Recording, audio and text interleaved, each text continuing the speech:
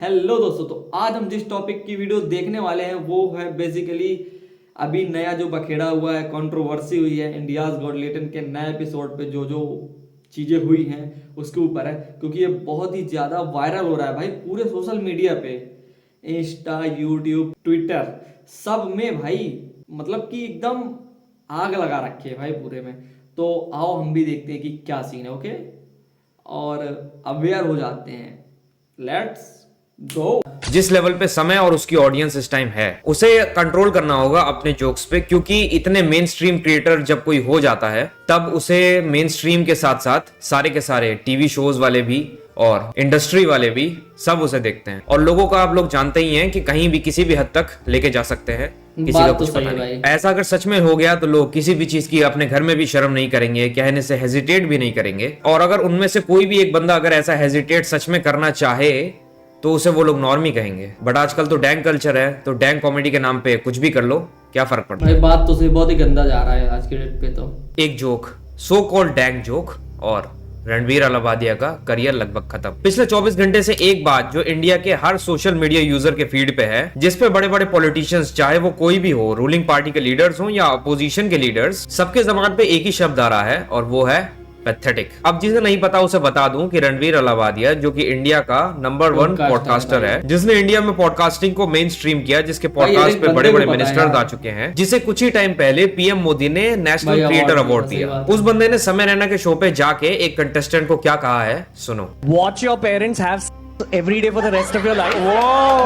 क्या हो गया रणवीर भाई को? और अपने पकड़ लीजिए तुरंत। और would you join in once and stop it forever? Join in हुआ भाई ये इस स्टेटमेंट के बाद लिटरली पूरे देश से भाई इसको copied बैकलैश मिल joke रहा है। है। 2 स्टेट्स के सीएम यानी कि महाराष्ट्र और असम, दोनों स्टेट्स के सीएम ने इस चीज को कंडेम किया है। महाराष्ट्र और असम की पुलिस ने इसके खिलाफ एफआईआर दर्ज किया है और अब ये मुद्दा इंडियन पार्लियामेंट में भी उठेगा। पुलिस इंडियाज गॉट टैलेंट के सेट पे पहुंच गई, वहां पूछताछ चल रही है। शो के ऑर्गेनाइजर्स के खिलाफ भी एफआईआर दर्ज हुई है। मगर ये सब अभी ही बहुत ही होना बड़ा शुरू लफड़ा हुआ है। है क्या? ये सब पहले होता हुआ नहीं आ रहा था? आज ये सब जो ब्रेकिंग न्यूज है, इसकी भविष्यवाणी मैंने आज से जस्ट 2 महीने पहले ही कर दी थी। मैंने एक वीडियो बनाया था जिसका टाइटल कुछ ऐसा था, Samay Raina is a threat to our society. हमारी सोसाइटी के साथ साथ रणवीर अलाहाबादिया के करियर के लिए भी थ्रेट बन गया समय रैना। रणवीर के स्टेटमेंट के बाद इतना बवाल मचा कि खुद national commission for protection of children rights यानी एनसीपीसीआर ने यूट्यूब को कहा कि प्लीज इस एपिसोड को रिमूव करो, और YouTube ने इसे रिमूव भी कर दिया। अब कई लोगों का ये कहना है कि इसमें इसकी गलती है तो उसकी गलती है, मगर मेरे हिसाब से इसमें रणवीर की गलती तो है ही, साथ ही साथ मेरी नजर में इसमें समय की भी गलती है। क्योंकि अगर आपको नहीं पता तो मैं बता दूं कि समय खुद IGL यानी कि इंडियाज गॉट टैलेंट के एपिसोड्स को एडिट करता है, और इतनी भद्दी बात जिसे कोई भी एपिसोड से ट्रिम कर देगा, उस बात को समय ने अपने एपिसोड में रखा, क्योंकि वो काफी ज्यादा स्मार्ट है। उसे पता है कि कौन सी बात वायरल होने लायक है। वैसे भी IGL एक ऐसा शो है जो ज्यादातर शॉर्ट्स और रील्स की वजह से वायरल हुआ है, तब जाके आज इसे OTT प्लेटफॉर्म्स मुंह मांगी कीमत देके अपने प्लेटफॉर्म पे लाना चाह रहे हैं। तो समय को एडिट करते टाइम ये बात अच्छे से पता थी कि वो क्या कर रहा है, और इस बार भी वैसा ही कुछ हुआ। लेकिन अब की बार कुछ थोड़ा ज्यादा ही अनएक्सपेक्टेड हो गया, जिसे समय ने भी एक्सपेक्ट नहीं किया होगा। समय और रणवीर की जितनी गलती थी उतनी ही वहां बैठी ताली बजा रही ऑडियंस की गलती थी। इतने भद्दे कमेंट के बाद अगर अभी भी तुम उन सब चीजों को देख के हंस रहे हो और उनके ऊपर तालियां बजा रहे हो, तो तुम सब कितने नीच हो ये तुम खुद सोच लो। एक ऐसा एपिसोड और उसमें एक इतनी भद्दी बात बोलने के बाद, जहां पूरे देश में लोग आग बबूला होके इस पूरी बात को कंडेम कर रहे हैं और रणवीर और समय से माफी मांगने को कह रहे हैं, वहीं कुछ ऐसे यूट्यूबर्स भी हैं जो अपना भाईचारा निभाने के चक्कर में उल्टी सीधी बातें अपनी स्टोरीज पर पोस्ट कर रहे हैं। समय रहना से कल्चर बचाएंगे भाई। रणवीर अलाहाबादिया देखो, मैंने खुद रोस्ट बना रखा है, बट अभी उसको कहना रणवीर अलाहाबादिया को बोलना तेरी माँ दें कि उसने माँ बाप पे कोई जोक मार दिया। भाई तेरी मम्मी के बारे में थोड़ी बोला उसने। इसमें इसने कहा कि तेरी मम्मी के बारे में थोड़ी बोला है उसने। भाई शायद वाइन थोड़ी ज्यादा चढ़ गई है, इसलिए होश में नहीं हुआ। अगर आपको यही लॉजिक है तो फिर आरजीकर मेडिकल कॉलेज में हुए कांड पे ऑल ओवर इंडिया में प्रोटेस्ट ही नहीं होनी चाहिए थी। अरे ऑल ओवर इंडिया तो छोड़ो, कोलकाता में भी प्रोटेस्ट नहीं होनी चाहिए। यहाँ तक कि लक्ष्य भाई के हिसाब से उस नर्स के पेरेंट्स के सिवाय किसी और को प्रोटेस्ट करने की क्या जरूरत? तुम्हारी बेटी के साथ थोड़ी कुछ हुआ है, तुम क्यों आवाज उठा रहे हो किसी और की बेटी के लिए? और अभी तो रुको, उसके बाद सुनो। बोल दिया भाई उसने, हिट ऑफ द मोमेंट बह गया होगा वो शो के फ्लो में, हो गया ठीक है, कर दिया उसको क्रिटिसाइज। अब कह रहे मुंबई पुलिस इन्वेस्टिगेट करेगी इस मैटर। अरे भाई कोई मैटर और बचा नहीं क्या? क्या इन्वेस्टिगेट करेगी इसमें? मुंबई पुलिस क्या इन्वेस्टिगेट करेगी? उसके बाद इन्होंने कहा कि हीट ऑफ द मोमेंट में कह दिया flow उसने। में तो मेरे चलेगा भाई जैसे वहां पे सीन में आशीष भाई। चंचलानी भाई भी थे, उन्होंने तो हीट ऑफ द मोमेंट भाई में कुछ नहीं एकदम कहा शांत है। थे हीट ऑफ भाई द वो। मोमेंट में आप अपने घर वालों के सामने ऐसा कुछ कहोगे? नहीं ना। क्यों? क्योंकि वहां एक मर्यादा आपको रोक लेती है। तो अगर रणवीर में वो मर्यादा होती तो वो उसे यहाँ ये बात कहने से रोकती। भाई ये बात कहना क्या, ये बात सोचने से भी रोकती। ये बात आई एम श्योर कि हम में से किसी के भी दिमाग में आ नहीं सकती गलती से भी, जो इस बंदे ने इतने कैमरास के सामने, इतने लोगों के सामने खुलेआम कह दिया। बाप की चड्डी फटी पड़ी है, इसको इंडिया का कल्चर बचाना है। कल्चर बचाएंगे भाई, वो यमुना में झाग बह रहे हैं उसे ठीक कर लो पहले।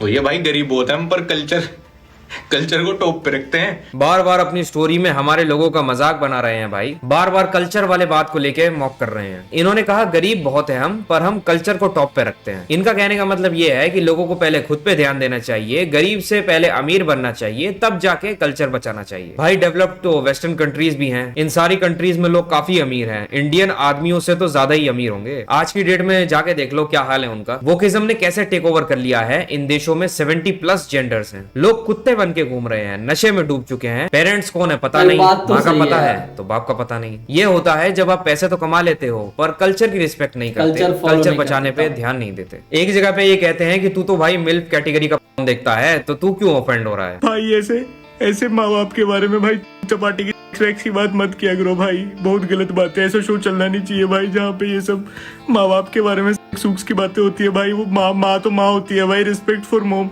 क्यों भाई, तू भी तो मिल्फ वाले बहुत जोक मारता है भाई, है तुम्हें भी तो मिल्फ कैटेगरी पसंद है भाई। अपना स्टैंड क्लियर रखना भाई, आज क्यों ऑफेंड हो रहा है? जिन्हें मिल्फ के बारे में नहीं पता उन्हें स्क्रीन पे इसका मतलब दिख रहा होगा। सबसे पहली बात भाई, आप सबको अपनी तरह समझना बंद करो। और दूसरी बात, इस जोक पे तो काफी सारी वुमेन्स भी ऑफेंड हुई हैं, 2 स्टेट्स के सीएम्स भी ऑफेंड हुए हैं। तो इसका मतलब तो मैं भी ये समझूं कि भाई के अकॉर्डिंग वो भी मिल्फ कैटेगरी वीडियोस देखते होंगे। भाई इस कंट्रोवर्सी में कई सारे यूट्यूबर्स के एल लग चुके हैं, कहीं हर मैटर में उंगली करने और over smart so called intellectual बनने की आदत की वजह से कहीं अगला नंबर आपका ही ना। बात तो तो थोड़ा सही है सोच भाई। समझ के बात किया करो अपने स्टोरीज पे। उस बात को इतना सीरियसली लेके उस पे एफआईआर, उसी के बारे में पूरी चर्चा कर देना, उसे कल्चर से जोड़ देना।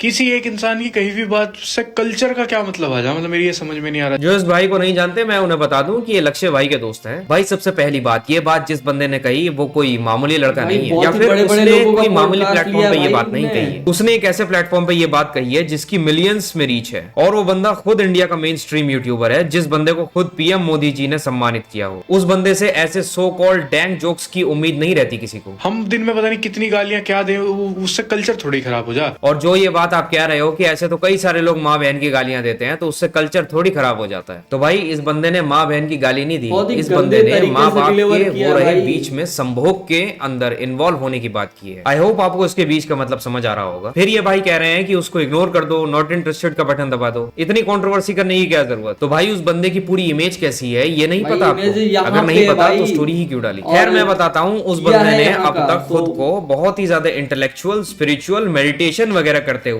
भगवान से बहुत डीपली कनेक्टेड होते हुए दिखाया था। सनातन की बातें करता, बड़े बड़े लोगों से इंटेलेक्चुअल पॉडकास्ट करता। उसके पॉडकास्ट में लिटरली इंडिया के फॉरेन मिनिस्टर जयशंकर जी आए हैं, साथ ही साथ इसरो के चीफ भी आए थे। तो इससे शायद आपको अंदाजा हो गया होगा कि इतने रिस्पेक्टेड आदमी से आप इतनी ज्यादा नीच बातें नहीं कर एक्सपेक्ट सकते भाई, नहीं बात कर तो सकते। सही है मत यार। करो भाई आप दोनों इन बंदों को डिफेंड, बहुत बड़े क्लाउन लग रहे हो लिटरली। रशिया गए हो ना तो एंजॉय करो, मत पड़ो इन चक्करों में। इंटेलेक्चुअल बातें करने के चक्कर में इमेज की धज्जियां उड़ रही हैं आपकी। खैर हम लक्ष्य भाई से ये उम्मीद भी कैसे कर सकते हैं कि वो समय भाई को क्रिटिसाइज करेंगे, क्योंकि उन्होंने तो ऑलरेडी ये कह दिया है कि वो अपने दोस्त के लिए बायस्ड है। लक्ष्य चौधरी ऐसे तो बहुत इश्यूज पे बात भाई, करता लफड़ा है, लेकिन जब सेंटर में दोस्त बोला की बात है आ भाई जाती है तो वो इशू पे बात नहीं करता, बायस हो जाता है।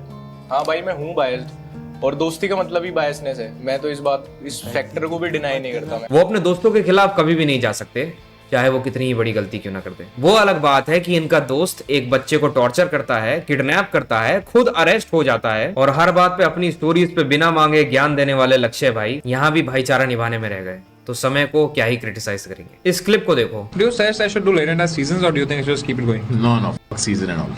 you do it till when you until you absolutely Till I have to apologize. दरअसल इसमें समय तन्मय से पूछता है कि आपको क्या लगता है, मुझे लेटेंट के सीजन्स निकालने चाहिए या जैसे चल रहे हैं वैसे चलने दूं? जिस पे तन्मय रिप्लाई देता है, नहीं सीजन्स मत निकालना, उसे ऐसे ही चलने दे। तब समय ये कहता है कि हाँ ऐसे ही चलने देता हूँ जब तक मुझे अपोलोजाइज ना करना पड़े। until you absolutely Till I have to apologize. तो भाई आई थिंक अब वो टाइम आ गया है कि आप अपोलोजाइज कर दो और इस वायरस जैसे शो को बंद कर दो प्लीज। वैसे आपको तो इस शो को उसी दिन बंद कर देना चाहिए था जिस दिन एक लड़की ने अपने कपड़े आपके शो पे सबके सामने फाड़े और आपने बेशर्मों की तरह उस क्लिप को भी ट्रिम नहीं किया। खैर आपने तो खुद ये भी एक्सेप्ट कर लिया है कि अगर आपके शो पे फोन भी शूट हो तो भी आपको कोई दिक्कत नहीं है। पहली बात, अगर कोई हमारे शो में आके शूट करना चाहता है, अगर आप जानते हो कोई ऐसा हो, प्लीज भेजो उनको भाई, बहुत मजा आएगा, माँ कसम भाई, पूरा इंटरनेट फट जाएगा। मुझे समझ नहीं आता कि ऐसे लोगों को भला केबीसी जैसे प्लेटफॉर्म पे कैसे बुलाया जा सकता है। खैर जाते जाते यही कहना चाहूंगा कि जिस चीज की अत हो जाती है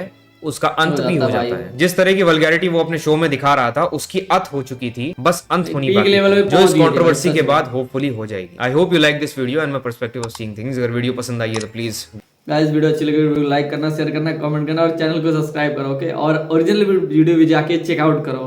मिलते हैं नेक्स्ट वीडियो में, बाय।